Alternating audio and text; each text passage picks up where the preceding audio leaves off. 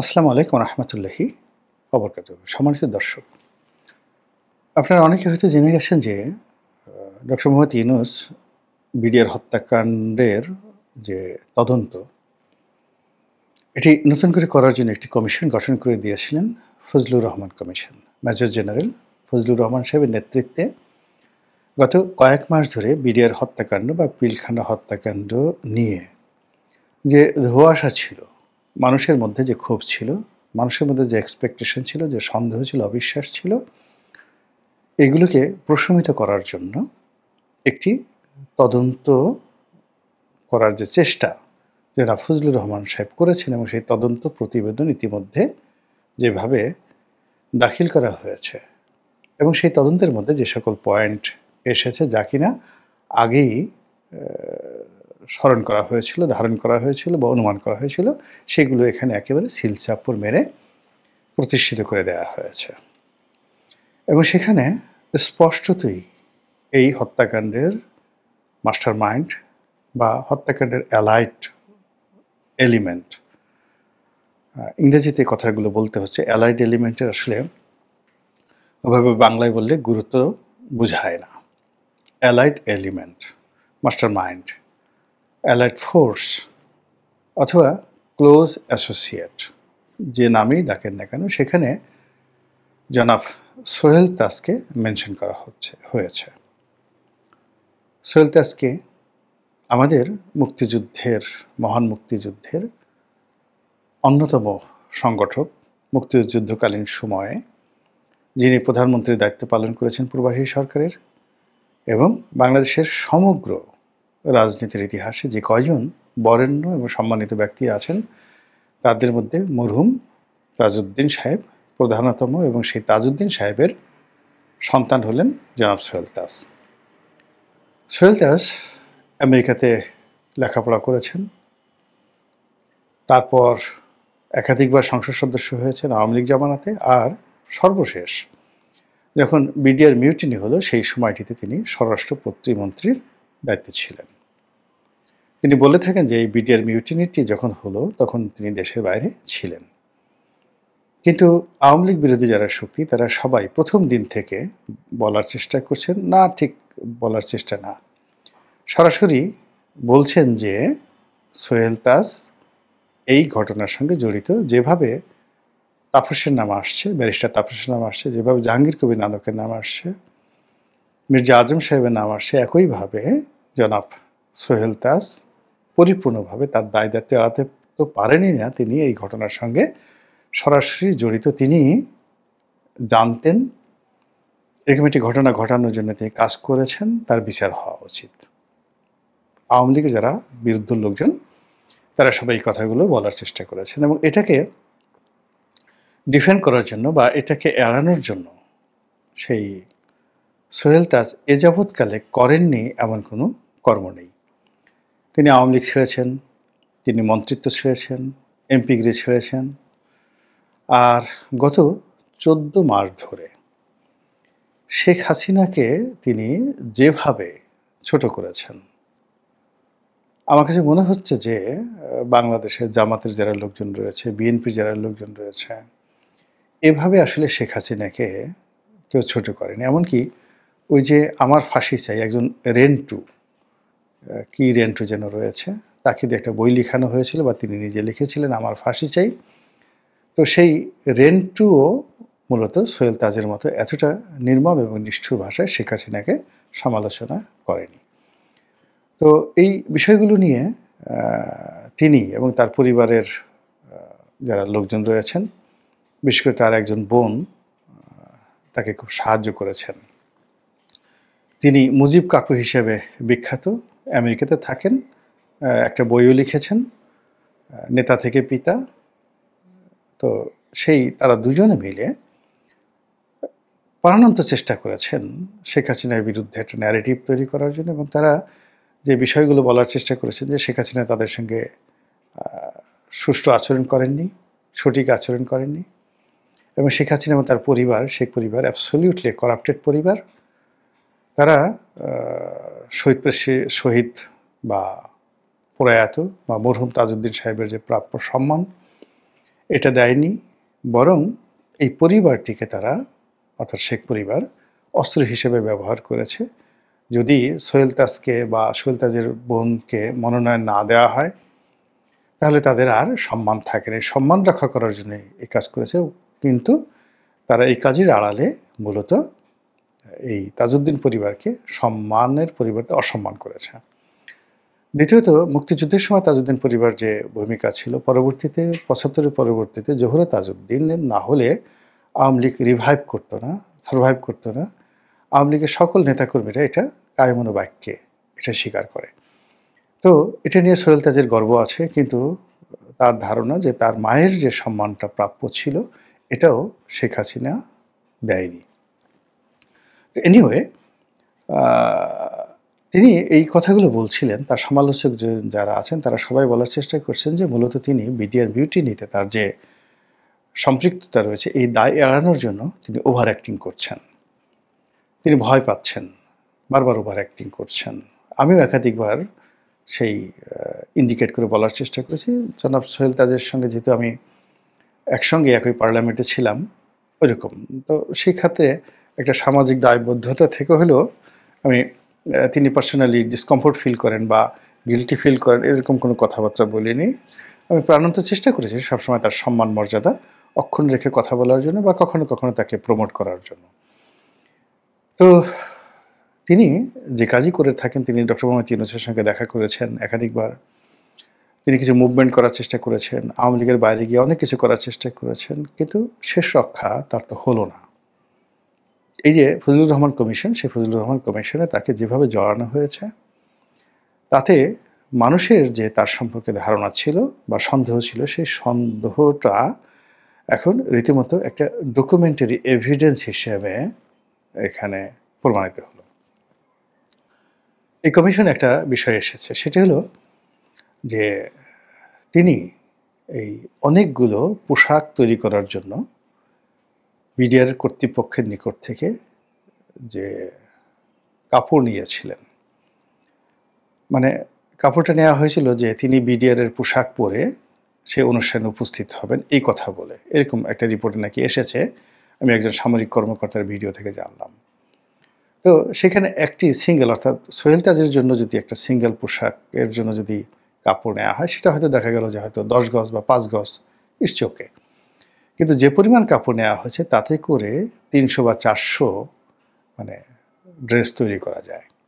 সবাই ধারণা করছেন যে এই বিডিআরের ড্রেস ওই কাপড় দিয়ে তৈরি করে ঘটনার দিন তাদেরকে বিডিআর সাজিয়ে অস্ত্র হাতে সেই পিলখানাতে পাঠানো হয়েছিল। এটা একেবারে নতুন একটা অভিনব একটা জিনিস, যেটা অকল্পনীয় একটা বিষয়। মানে সবচেয়ে যে বড় হেটার রয়েছে, সমালোচক রয়েছে, সোহেল তাজের যে সকল হেটার রয়েছে, তারাও এই ধরনের কথা কখনো কল্পনাও করতে পারেনি তার বিরুদ্ধে বলার জন্য, কিন্তু সেই জিনিসটি এখন এই তদন্তের রিপোর্টে চলে এসছে। এখন এটা তিনি কিভাবে সামাল দেবেন, এটা তার বিষয়। তাকে বিদেশে যেতে বাধা দেওয়া হয়েছিল কয়েকদিন আগে। তিনি হাইকোর্টে রিট করে তারপরে বিদেশে যাওয়ার অনুমতি নিয়েছিলেন। তখনই আমার মনে হয়েছিল যে ডাল মে কুছ কালা হয়। কিন্তু আমি একটা ব্যাপারে মানে এখানে আমার দুর্বলতা, সেটা হলো আমি মনে করেছিলাম যে এই তদন্ত রিপোর্টটি আর আলোর মুখ দেখবে না, আর ফজলুর রহমান সাহেব যে কমিশন করা হয়েছে তাকে প্রধান করে এই কমিশন সম্ভবত কাজ করতে পারছে না। এর কারণ হলো সেনাপ্রধান ওয়াকারুজ্জামান বেশ কিছুদিন আগে এই কমিশনকে উদ্দেশ্য করে একটি সতর্কবাণী দিয়েছিলেন। তো তিনি বলেছিলেন যে আপনারা এটি আর ঘাটাঘাটি করবেন না, নো ডট, নো সেমিকোলন ইত্যাদি কথাবার্তা বলেছিলেন। খুব ভাইরাল হয়েছিল তখন সেই কথা নিয়ে। তো মনে হয়েছিল যে সেনাপ্রধান যেভাবে কথাবার্তা বলেছেন, তিনি হয়তো এটা চাচ্ছেন না, আর তাকে অ্যাভয়েড করে চ্যালেঞ্জে জানিয়ে ফজলুর রহমান সাহেব হয়তো কাজ করতে পারবেন না। আর গত কয়েক মাস যাবৎ ফজলুর রহমান সাহেবের কোনো বক্তব্য আমি শুনতে পাচ্ছিলাম না। তো সেক্ষেত্রে আমার ব্যক্তিগতভাবে কিউরিওসিটি হয়েছিল যে আমি হয়তো একদিন ফজলুর রহমান সাহেবকে ফোন করব বা কথা বলবো, অথবা আমি একটা ফেসবুকে স্ট্যাটাস দেবো যে ওটার কী হলো। কিন্তু যখন এই রিপোর্টটা দেখলাম যে দেওয়া হয়ে গেছে এবং সেই রিপোর্টটা এখন রীতিমতো আলোড়ন সৃষ্টি করেছে, তখন যেটা মনে হলো যে ফজলুর রহমান সাহেব আসলে একটা জিদ ধরেছিলেন যে তিনি এটা করবেনই। তিনি মরে গেলেও সেটা করবেন এবং সেই কাজটা তিনি করেছেন তার মতো করে। তো প্রকৃতির একটা নিয়ম আছে। যার যে বিপদ আসে সে কিন্তু সেই বিপদটা আগে থাকতে বুঝতে পারে। তো সোহেল তাজের যে একটা বিপদ আছে, এখন সারা খাতুন মারা গেছেন। তারপরে তাপস দেশের বাইরে, এরপর নানক সাহেব দেশের বাইরে, তারপরে মির্জা আজম সাহেব দেশের বাইরে। তো সম্ভবত এখন বাংলাদেশে সোহেল তাজ আছে। সোহেল তাজ মধ্যে বিদেশে গিয়েছিলেন। তো তিনি যে সন্দেহ করে যে কাজগুলো করেছিলেন সেটা ঠিক আছে, কিন্তু তিনি সতর্ক হননি। তিনি বিদেশে না যাওয়ার পরিবর্তে বাংলাদেশে থাকার চেষ্টা করেছেন এবং হি ওয়াজ ওভার কনফিডেন্ট যে যেহেতু তার সঙ্গে প্রধান উপদেষ্টার একটা ভালো সম্পর্ক রয়েছে, কাজেই তার বিরুদ্ধে কিছু একটা হবে না। কিন্তু এটা হলো যে শেখ হাসিনা চাইলেই তিনি ইচ্ছা করলে অনেককে উপকার করতে পারতেন না, আর চাইলেই অনেকে ক্ষতি করতে পারতেন না। এখন ডক্টর মোহাম্মদ ইউনূস চাইলেই অনেকে ক্ষতি করতে পারেন না, আর চাইলেও কাউকে তিনি উপকার করতে পারেন না। এই রাষ্ট্র একটা সিস্টেমে চলে এবং এখানে যে কোনো জায়গার থেকে যে কোনো মানুষ একটা কমপ্লেক্স তৈরি করে ফেলতে পারে। তো সেই দিক থেকে ফজলুর রহমান সাহেব যে কাজগুলো কর্ম করছিলেন তার একটা ইন্ডিকেশন ছিল যে সোহেল তাজ যেন বিদেশে যেতে না পারে। সম্ভবত এরকম একটা গোয়েন্দা রিপোর্ট ছিল। তার প্রেক্ষিতে যখন তিনি যেতে পারলেন না, তখনই আমাদের বোঝা উচিত ছিল বা সোহেল তাজের বোঝা উচিত ছিল ডাল মে কুছ কালা হায়। তো তিনি এটাকে একটা অর্ডিনারি ঘটনা মনে করেছেন। আমরা সারা দেশের মানুষ ছি ছি ছি, সোহেল তাজের মতো একটা মানুষকে যেতে দেওয়া হলো না। আবার অনেকে চিৎকার করে বলেছেন যে এত দালালি করে লাভটা হলো কি, এত যমুনার সামনে গিয়ে বারবার মাথা নুয়ে বা ডক্টর মোহাম্মদ ইউনূসের সামনে গিয়ে তাকে কিভাবে ব্যায়াম করতে হবে সেই জিনিসগুলো তাকে শিখিয়ে তোমার লাভটা হলো কি, এরকম নানা কথা রকম বলেছে। তারপর তিনি লন্ডনে গেলেন, না আমেরিকাতে গেলেন এবং সেখান থেকে আবার তিনি বাংলাদেশে ফেরত আসলেন। এখন কোথায় আছেন আমি জানি না। তিনি যদি দেশে থাকেন তাহলে এই যে রিপোর্ট, এই রিপোর্টের প্রেক্ষিতে তাকে নিয়ে কী হয় এটা এখন একটা দেখার বিষয়। তবে এখানে একটা জিনিস আমি বলি, পাপ এমন একটা বিষয়, এটা আপনি যে কোনো ফর্মই করেন না কেন এটা আপনাকে ভোগাবে। আপনি হয়তো গরু চুরি করেছেন, সেটা অজ্ঞাত রয়ে গেছে, কিন্তু একটা সময় দেখা গেল যে আপনাকে গ্রেপ্তার করা হয়েছে ছাগল চুরির জন্য। আপনি ছাগল চুরি করেননি, কিন্তু আল্লাহ জানেন আপনি গরু চুরি করেছেন। আপনি মার্ডার করেছেন, রেপ করেছেন, কিন্তু আপনি একেবারে খুব হুজুর হয়ে বসে আছেন। এমন একটা সময় দেখা গেল যে রাস্তাতে যাচ্ছেন, পকেট মার করে লোকজন ধরে এসে আপনাকে গণপিটুনি দিয়ে মেরে ফেললো। লোকজন আফসোস করলো, হায় আল্লাহ, এত বড় বুজুর্গ ব্যক্তি, কিন্তু আপনি যে গোপনে গোপনে ওই কাজগুলো করেছেন, এটা প্রকৃতি ছাড়ে না। মানে পাপ কখনো বাপকেও ছাড়ে না। তো সেদিক থেকে এখন আমাদের এই বাংলায় অনেক আশ্চর্যজনক ঘটনা ঘটছে। অনেকে দুর্ভোগ দুর্দশার শিকার হচ্ছেন, কিন্তু আপাত দৃষ্টিতে মনে হচ্ছে খুব ভালো মানুষ। কেন এগুলো হচ্ছে? কিন্তু আমি বিশ্বাস করি যে না, সে যে দুর্ভোগ দুর্দশার মধ্যে পড়েছে তার গোপন কর্ম আছে, ভালো কর্ম আছে। অনেকে বলে না যে আল্লাহ পরীক্ষার জন্য এই কাজ করছেন, কিন্তু না, এটা ঠিক না।